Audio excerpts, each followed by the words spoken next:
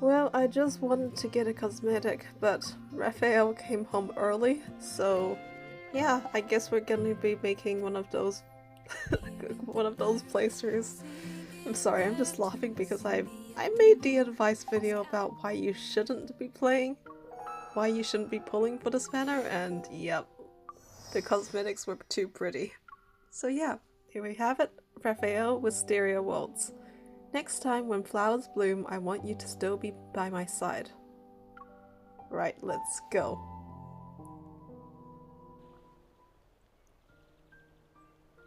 Neon Botanic Garden. Sunlight streams through the window and pulls at my feet as I carefully examine the rectangular glass tanks suspended before me. Inside it are sapphire flower buds reaching towards the light. They peek out of the glass. They were growing in some grass the last time I saw them. Raphael told me the flowers are an extinct species that had been brought back to life. Oh, we've got Jurassic Park and a bunch of movies to tell us why that's always a bad idea. Another memory surfaces alongside it. Raphael's warm kiss in the summer breeze was the sweet scent of flowers. Okay. Recalling this, I pull my hand away from the petals. After numerous experiments, we finally succeeded in making these flowers bloom underwater. Have you considered the consequences? We might even get them to blossom in the ocean as we continue our research. Have you considered the consequences? Charles, the owner of this private courtyard-style botanical garden, and Raphael's friend guides us through the hydroponic greenhouses. A few days ago, Charles contacted Raphael and me to discuss the breakthrough in their research on these flowers. But, Raphael, you must be aware that research like this requires significant financial investment. Oh, so it's your fault. Well, I actually do like that outfit, it's really nice. By the way, how are the preparations coming along for your flower-themed exhibition series? You haven't decided on a venue for Lincoln yet, have you? Why not hold it in my garden? As for the venue fee, I'll charge you... I'm fine with whatever, but you should take those calculations to Thomas. Just saying. Don't worry. Once our research is successful, I'll make sure to cultivate these flowers in the ocean outside your house first. I can think of several ecological problems. That's very thoughtful of you. I can't help but chuckle, and Charles turns to look at me.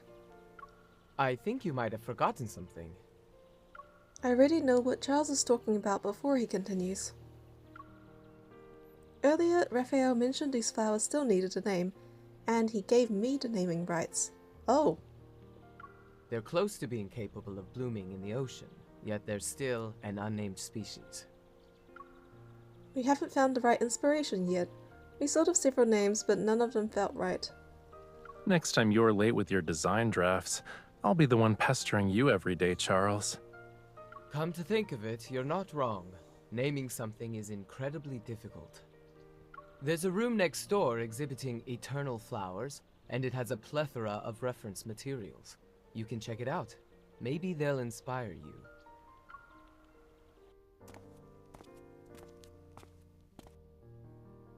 The exhibition hall is spacious with several display cases.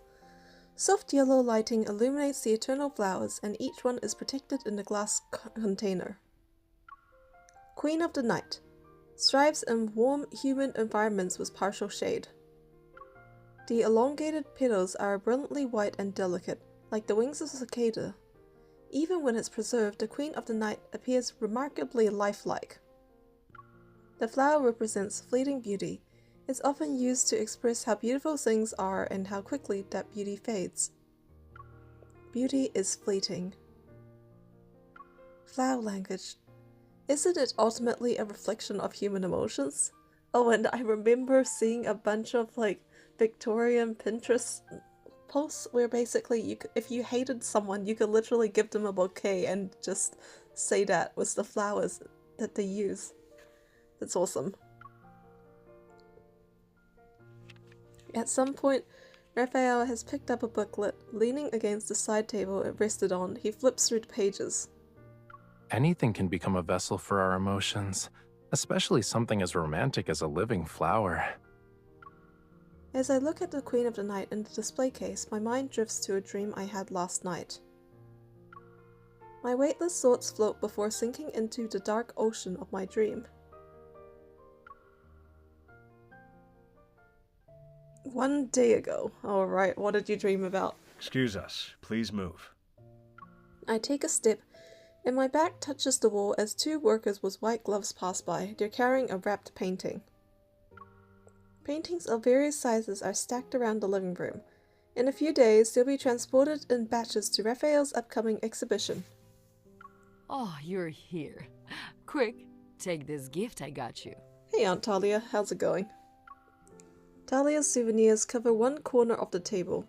More of them are spilling out of an open suitcase by the sofa. What souvenirs do you have?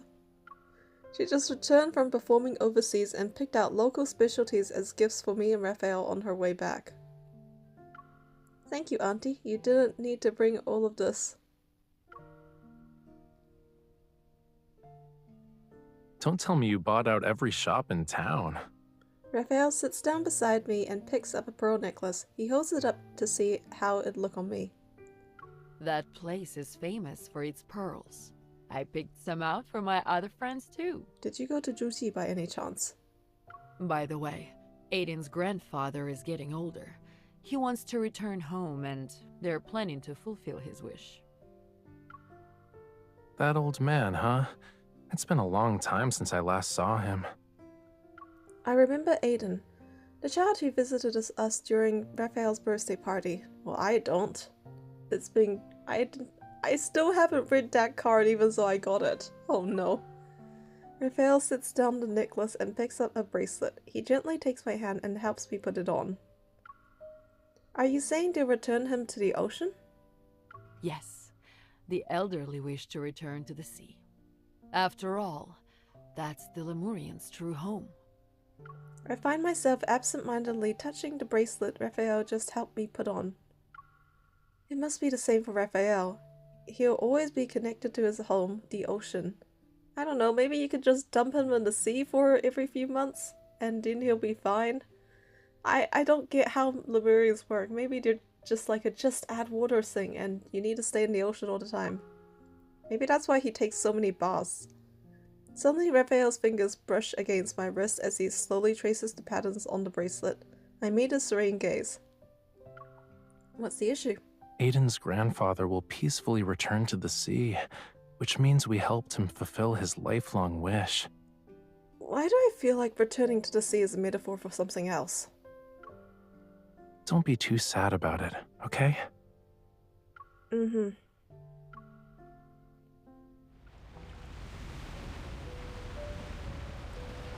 Dim moonlight spills across the pitch-black sea. In the distance, a lone figure stands in turbulent waters, their silhouette as solitary as the moon. Is that Raphael? Oh, he's leaving. Raphael, the waves are too dangerous. Where are you going? The figure I call out to doesn't hear me and steadily walks further into the sea. Bye-bye. He's disappearing forever. I try to follow him, but the water holds me back. My feet are frozen in place. A massive wave brushes forth, and I hold my breath before it crashes onto me. I'm knocked down. As the tides recede, I find myself lying on a peaceful shore. Raphael has vanished into the sea as if he was never there. I'm all alone.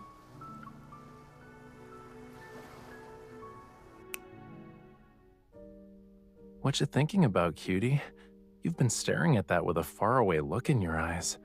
It kind of reminds me of a fish sleeping with its eyes open in the sea. You left me in my dream! How dare you leave me in my dream! I know it's just a dream and you were not there, but it's still your fault!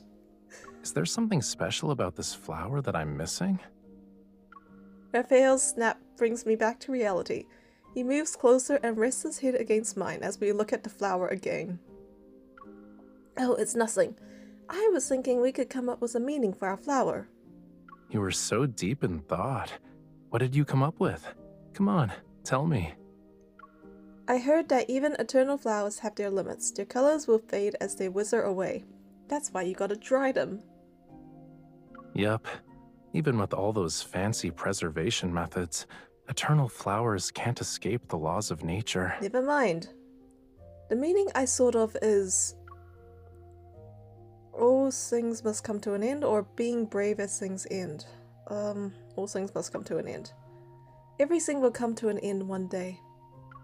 Raphael's expression changes as he turns to me. He gently cups my cheek and looks me in the eye. Maybe that was the wrong decision. What's wrong? I noticed something was off when I saw you today. You didn't sleep well? I turn away from Raphael's touch. I don't want him to see any more of my emotions. It's nothing. I just had a terrible nightmare last night. And it's all your fault! I dreamt about a little fish being eaten by a shark in the deep sea. Poor fishy. Eaten by a big fish in the ocean, only to meet the same fate in a human's dream on land. I know it's silly to worry about Raphael leaving me to return to the ocean. That kind of possibility has a low chance of happening. Oh, how do you know? But maybe I should be more honest with Raphael. The truth is, I dreamed about you, you walked into the sea alone, and no matter how many times I called out to you, you wouldn't turn around. I feel like this mirrors how Raphael feels about the player character too, because he has like a fear of abandonment too. Raphael freezes for a moment. His gaze is slightly lowered as my fears were transferred to him. That Raphael in your dream sucks. Tonight I'll scold him for being rude to you. You better. It might be because your aunt mentioned Aiden's grandfather the other day. I wondered if you might also...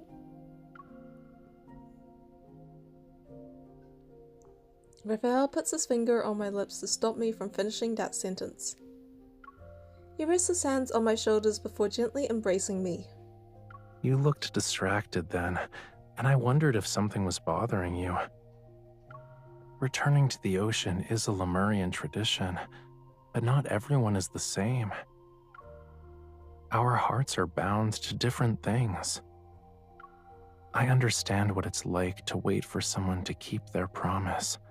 That's why I only make promises I know I can keep. Oh, okay. So... I know that's exactly why I believe every word you say.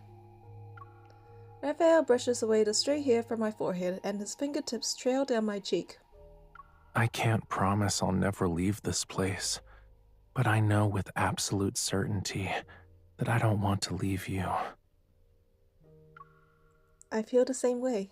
Aw, these twos, how cute. Okay, let's not be solemn. It was just a dream. I only wanted to tell you about it.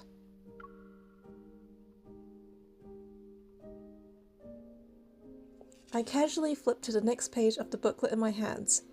I pretend to be interested in its contents. We'll come back to this later. Your exhibition opens tomorrow.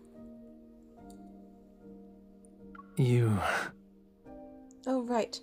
Should we use this botanical garden for your exhibition? The grass outside looks nice. All the plants there are artificially cultivated. I prefer a place that's more natural. Then let's look elsewhere.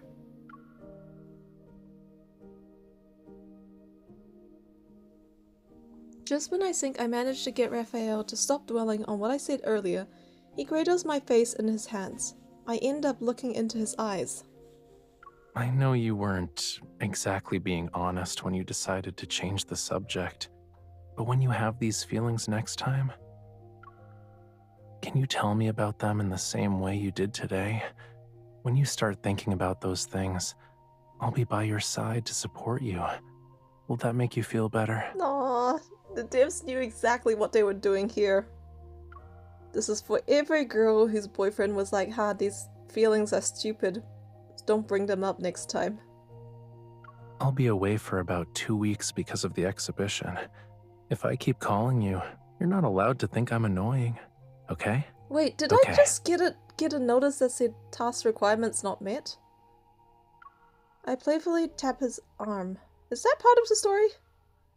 When have I ever thought of you as annoying? Lincoln City is the final stop for Raphael's exhibition. Since it's the grand finale, choosing the right venue is very important. Is my affection level on this account not high enough or something? I really don't know. I browse through photos of venues I found. Oh, it's 9 AM. Maybe it's because it's still got the refresh time. It's beautiful here, but the flower arrangements are too random. The theme isn't distinct enough. Besides, the park's artificial design is too obvious. I scroll through park photos on my laptop screen. This is a wall iris garden. The wall iris symbolizes friendship and passion and represents the bonds between people. Looking for weekend plans? Visit Wall Iris Park with your friends and enjoy the spring scenery together. Finding gardens via flower symbolism might lead to more meaningful locations. This could work. I click on the search bar and type flower symbolism. Different types of flowers quickly fill my screen.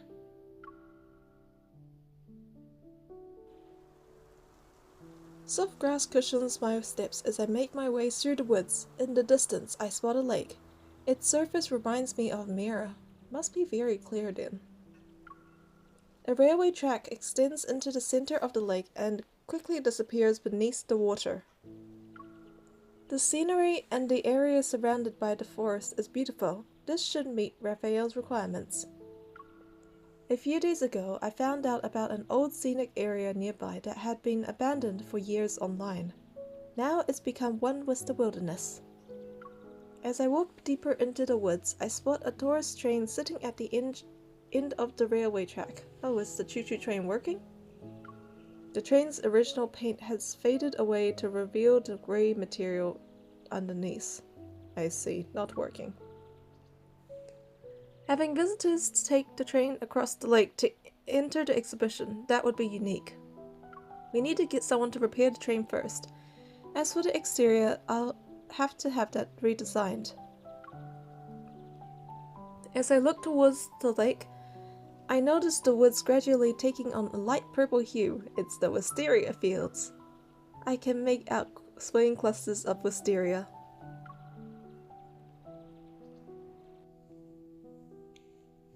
Two days after the train repairs are completed, Raphael is due to return to Lincoln. We agreed a few days ago that I'd show him the venue I picked once he's back. I wonder if he'll like it. In one corner of the room, paints and art supplies are laid out. If he does, we can work on the train's exterior and add an artistic flair to it. Interval running more intense than normal. Raphael. What did he say? It's like 9 in the morning in Lincoln. Is my hunter cutie still sleeping? I'm far more likely to be up early than a certain someone who stays up all night making art. I never thought I'd see the day when you asked me if I'm awake. Actually, I had Thomas take a package to the studio. Can you record a video for me, please? I want to see what got delivered. There's a condition, though. You need to be in the video. I need to be in video. I feel like you've got an ulterior motive. Please. My goal here was always to see you in person. And that's it. I open the studio door. Sunlight streams through the floor-to-ceiling windows and illuminates the tiny dust particles dancing in the air. Following Raphael's directions, I approach the sofa. Instead of finding the package he mentioned, I see an intricately designed dress. That's the package.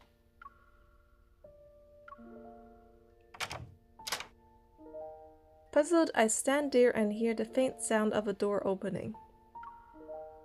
I told you I wanted to see you in person. I turn around and see Raphael walking in with a suitcase. I freeze. Wait, I didn't get the dates wrong, right? Your exhibition hasn't ended yet. Why are you already... My surprise gives way to overwhelming joy. Looking at his unsurprised expression, I realize he planned this. I couldn't help it. I wanted to see you the moment I got back, so I had to come up with an excuse to get you here. Raphael lets go of his suitcase and walks towards me with open arms. I run over to hug him. He quickly returns the embrace and pats my head. Did you miss me that much? I'm just pleasantly surprised. How's the dress? You were looking at it when I came in. Oh my gosh. Still holding me, Raphael guides me to the sofa. He lets go only to pick up the dress and hold it against me. It should fit perfectly. Why don't you try it on now? I'm trying to hold back my laughter right now because I just realized that this is the theme that all of the love interests have done in the cards. Like, we had it with Silas in his card story before, but basically the meaning of giving your lover clothes is that you want to take them off, so, I see how it is. Nice. He pushes the dress into my arms, then he puts his hand on my shoulders and steers me towards the bedroom. Okay. I have a surprise for you too. I haven't told you about it yet, so we know what you're doing after the whole story is ended. Don't tell me you've already picked out a venue for my exhibition. You got it right on the first guess. That's no fun. Raphael opens the bedroom door and leans against the door frame. Clear skies, sunny, and the perfect temperature. Today's a good day. I think we should check it out now. Sure, but before we head out, we need to stop by my place and pick up something. Oh, jeez. Soft music drifts through the car as Raphael sits in the driver's seat. He takes off his sunglasses and idly twirls them in his hand. I thought I'd be driving. Through the window, I see the suburban forest. The lake in the distance peeks through the trees. I'm excited and nervous. We can drive into the forest ahead. Just follow the tracks through the trees until they end. Have you been here before? Of course, I've had to check it out myself.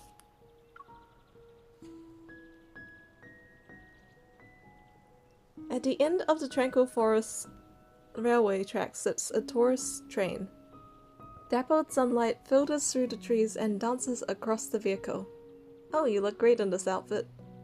Raphael approaches the train. His fingers trail along its faded surface as his gaze follows the railway tracks across the lake to the opposite shore. Our destination is on the other side. We'll need to take the train to cross the lake.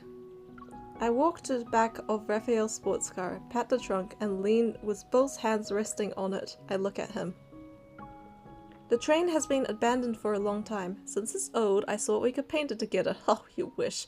Make it look however we want. I don't know, but I feel like you need to paint something over the rust first, before you paint over it again. So those boxes you were being secretive about at your place have paints and art supplies. We take the supplies from the trunk and approach the train. Raphael pulls me in front of him, and his hand covers mine as I hold a brush. What should we paint? The faded metal surface before me has become our canvas, but as I hold up the brush, I found myself unsure. Since this is a place I visited with Raphael, I look at the vast lake and imagine the train moving across its surface as glittering light scatters. The sea from my dream appears before my eyes. Maybe Raphael and I should paint a new one, an ocean full of life and light to take its place. I want to paint the sea with you.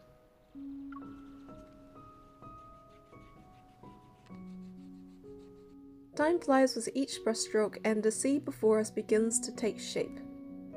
Engrossed in painting, my mind is free from other thoughts. Unexpectedly, I feel at peace.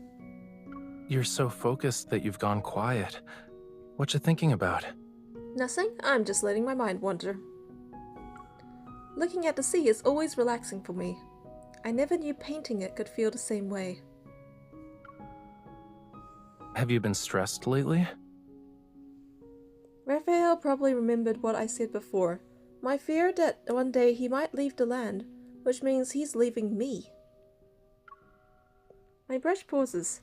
Even so the possibility feels unlikely, it still stirs a quiet unease in my heart. Or you could be avoidant and like me and just be like, hey, people are going to leave eventually, all the time. Sort of, but it's about something far in the future. Sometimes I let my thoughts wander too. Will seashells ever grow legs? What would happen if flowers could bloom forever? What does the end of the world look like? I have several answers for that last one. These questions might sound silly, so I don't talk about them. They're not silly. Each of these questions are cute. Well, okay, they're kind of silly, but then it's a question. It's more of like questions that you bring up for philosophical discussions rather than like what you say on a day-to-day basis. Most people look at you like you're a weirdo. Have you ever shared those thoughts with anyone else? Nope. You're the first. And I slowly realized why I think this way. It's because I believe everything should have an ending. I'm always curious about those endings. I want to know them long before they arrive. We lower our brushes as the dark blue sea before us comes to life. Its waves surge. In our ocean swim two little fish. One is him and one is me. They happily swish their tails in the water. Everyone wants things to turn out well, don't they? I'm no different. But my perspective has started to change.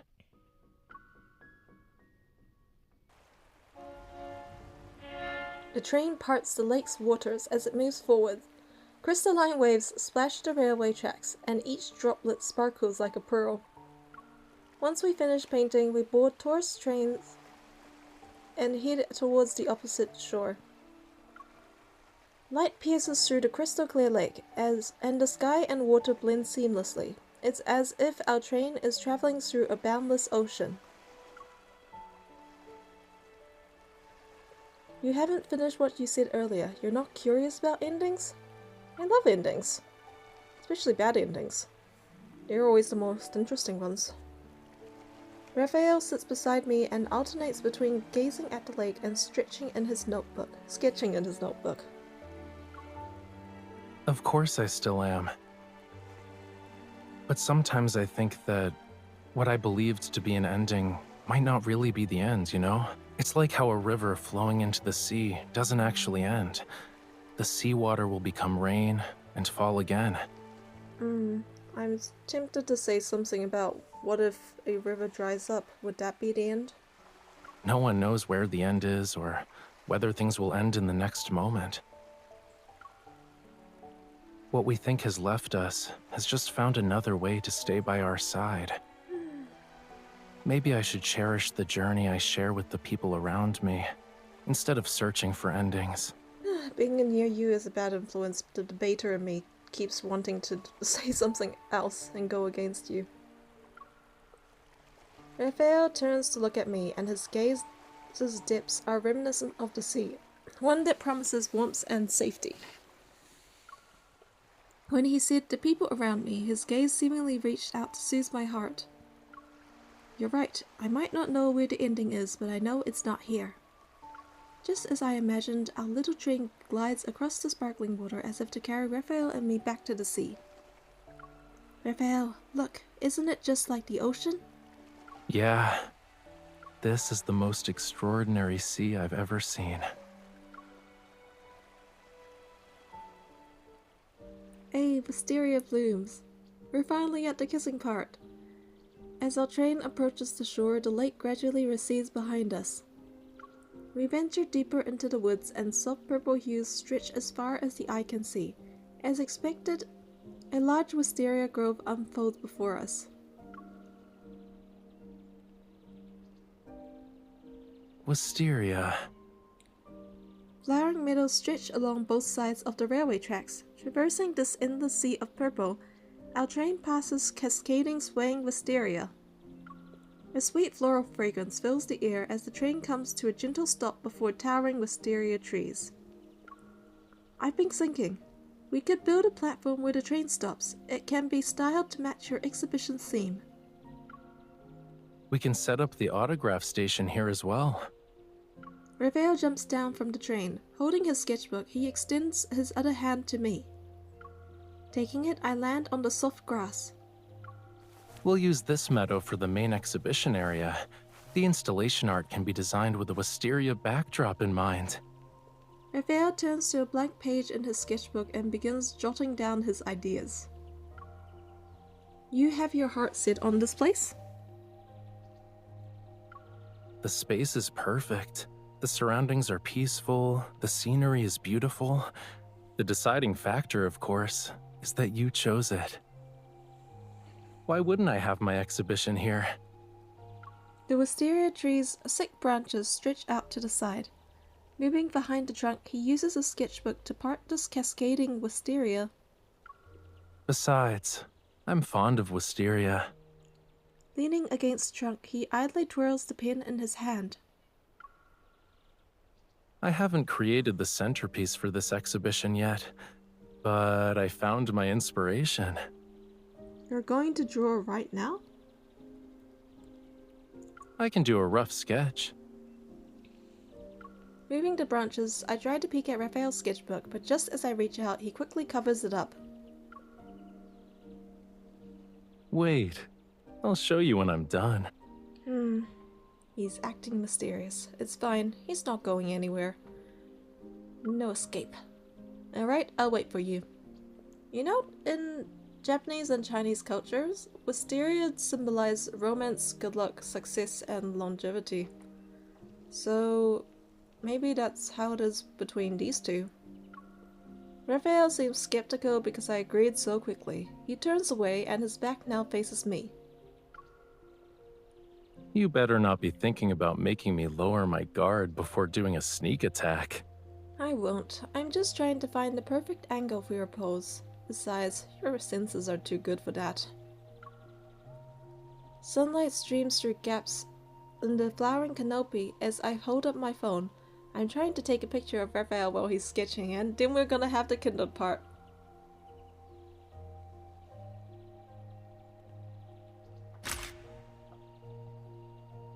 A gentle breeze caresses his hair, and I find the perfect angle to capture Raphael's profile. Just like how you modeled for Harper Bazaar, let me take a picture of you! Content with the photo, I lower my phone and quietly take in this spring day. As time flows between us, I stretch and notice Raphael's hand is slowing down.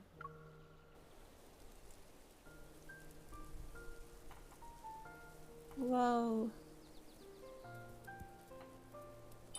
He's been drawing for a while, but won't let me see his sketchbook. Cover his eyes. You don't get to see until... Sometimes wisteria spirits pretend to be human to scare people. Then mischievous hands appeared. Too bad I still didn't see it. Hand it over. Steal a glance. I knew you couldn't resist trying. Gotcha, cutie. MC, you should try knock this person to the floor, and then that way you'll be able to see the wisteria.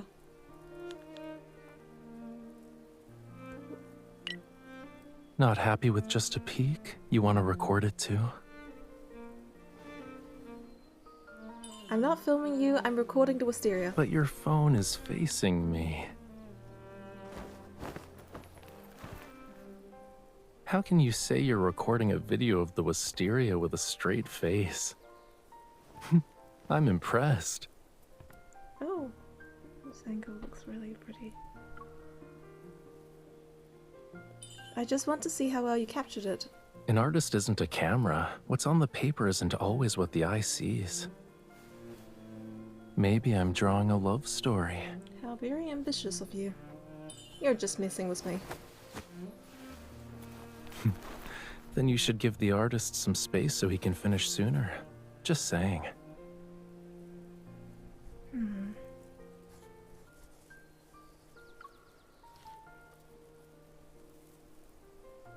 Wisteria inspired this love story, right? At least some extent.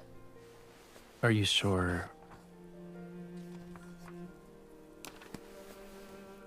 The Wisteria's not being inspired?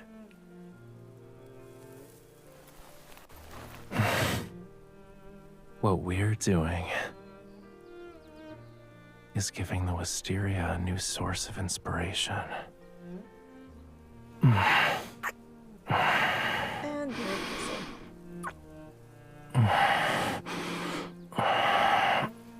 Why is it so loud?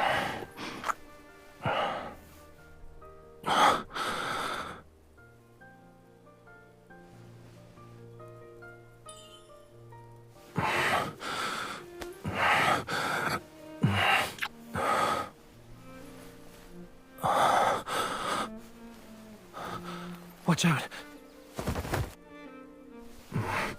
Guys were kissing so intensely you fell off the branch. Oh my gosh.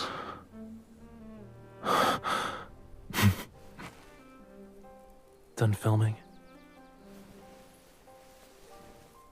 I'm part of the story now. The Wisteria tells a fantastical tale of devoted, gentle love. I don't want the story to end.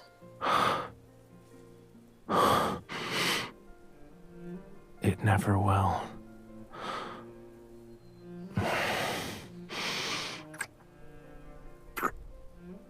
In this story, the Wisteria represents our precious moment. Oh, that's so picturesque. Gotta take a picture of that later.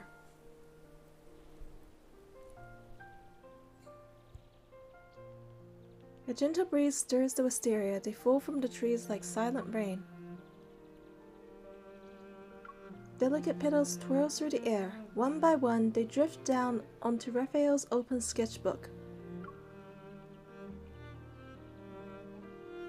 Leaning against the tree, Raphael and I sit on the grass. He gives me his sketchbook decorated with petals. Since it's a flower exhibition, I think paintings of flowers are the best option. On the page, a sapphire flower unfurls its slender petals. It's so lifelike under the dappled light that it seems to be blossoming before my eyes. While you were preparing for the exhibition, I did some research and learned when flowers bloom, how they grow, and what they symbolize. Raphael wraps his arms around me. He rests his chin on my shoulder as we look at the drawing. What does Wisteria symbolize in the language of flowers? It represents an enduring, intensely devoted love and the desire to never part from the one you cherish. I chose this place because I learned what the flowers meant. The language of flowers has never been about interpreting the plants themselves. Rather, it's about giving voice to the emotions we carry in our hearts. These are the words you wanted to tell me, right? The sunlight filtering through the flowers takes on a soft purple hue. As I meet Raphael's gaze, my heart races. I nod. You said before that you were worried about me leaving. I've also thought about it. Because if I left you, it would mean that you had left me. What kind of logic is this? Before I told you about my fears, I was hesitant about whether to bring it up. I never expected you to have the same worry. Well, it was difficult to bring up in the first place, but it doesn't matter now. Oh, just get married already, you two. What I know for sure is that even if it happens, I'll be by your side every day until then. Bro, keep him, MC. He is a keeper. Half a month later. A couple of minimalist display stands are on the soft grass covered in wisteria petals, and their exhibition posters stand elegantly within their frames. A row of transparent glass jars sit on the long table beside me, each jar holding a sapphire flower bud.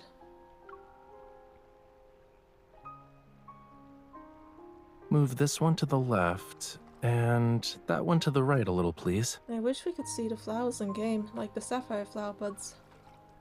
Holding a glass jar in each hand, I meticulously adjust the positions according to Raphael's instructions. It's been a while, Mr. Charles. This way, please. Thomas working his ass off as always.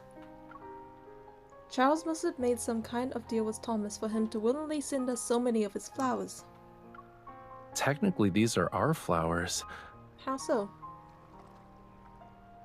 Whenever I show up at one of my exhibitions, Thomas is always the happiest person around. Of course he is. He's got to worry about his wife and kid. As I finish adjusting the glass jars, I take a moment to appreciate the beautiful table I just set up. Then I must be the second happiest person. And I guess that makes me the third happiest person. Aunt Talia, you're here too! I turn around to see Talia approaches. She holds up the hem of her dress as she walks. Let me guess, it's probably like a very long, flowy dress. Did you prepare these flowers for the exhibition? I've never seen them before. What are they? She reaches out to touch the buds, only to be stopped by Raphael halfway. You're supposed to care for the flowers, which means no touching is allowed. Thomas has just finished greeting the guests. He rushes over and gives Raphael's shoulder a quick pat. Thank you for being here. It's almost time. Shall we get started? It's almost time. Yep. Raphael nods in response as he grabs a glass jar from the table and takes my hand. He guides me through the crowd to the water's edge. The chatter subsides. People peek with curiosity. There are many familiar faces here, and I want to take this moment to thank you for coming to my exhibition today. This is the final exhibition in my flower-themed series. In this venue, the Wisteria Grove. As he pauses, Raphael's gentle gaze sweeps over the crowd before landing on me. Is specially chosen by this lady.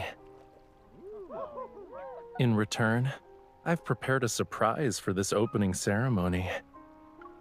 After catching a signal from Raphael, Thomas begins handing out a glass jar containing a flower bud to each guest. Everyone, the flower you just received is a new species. It inspired this exhibition, and it holds a very special place in my heart. I knew you wouldn't show up at exhibitions without a reason. Tell us about it then, Raphael. The journalists have been asking me about this, but I didn't have anything solid to give them.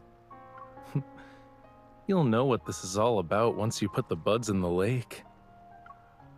People playfully tease him for being so mysterious as they stroll in groups towards the lake. Oh no, goodbye lake ecosystem.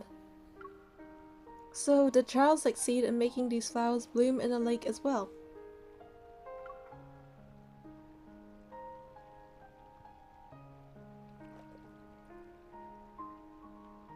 Raphael clenches my hands. We stride across the wet, soft meadow and stop at a lakeside where no one is around. I don't know. I guess we'll have to see for ourselves. We bend down and lift the glass lid off the jar. Together we pull out the bud with soil still clinging to it. Dipping our hands into the cold lake water up to our wrists, we completely submerge the bud. Through the refraction of light and shadow, a hint of sapphire blue faintly ripples in the water. Suddenly, the bud unfurls its slender petals. Raphael, look! Underwater? From the shore not far away comes bursts of amazed exclamations, and Raphael's eyes sparkle with joy as they reflect the flower in the water. Yes, our flower has bloomed. If it can bloom in lake water, it will be able to bloom in seawater. With the distance so close, we look at each other in silence. The fragrance of the flower underwater seemingly permeates into the air. From this moment onward, the deep sea won't be able to separate us. And I want the meaning of this flower to be... He gazes at me with undivided attention, as if his answer will echo the fierce determination shining in his eyes. In the next moment, the same words slip from our lips. To never part ways. He picks up my hand, and the water droplets in my hand glisten under the bright sunshine. Although I've given you the naming right for this flower, I believe you can still use my advice. Raphael lowers his gaze as he solemnly strokes fingers Oh my gosh, what was my astigmatism today? Raphael lowers his gaze as he solemnly strokes letters on my palm with his dripping fingers, leaving a wet, tingling sensation on my skin. A one and only flower in this world deserves a unique name. My pulse seems to throb in sync with his movements. I understand the word his gaze and fingers are trying to convey. In Raphael's heart, the name of that unique flower is the letters he wrote in my palm. And it's my name. I guess that kind of works. I mean, for this MC, I named her Fiore, which basically means flower anyway. That is still adorable though. I hope you guys enjoyed watching, and I will see you in the next one.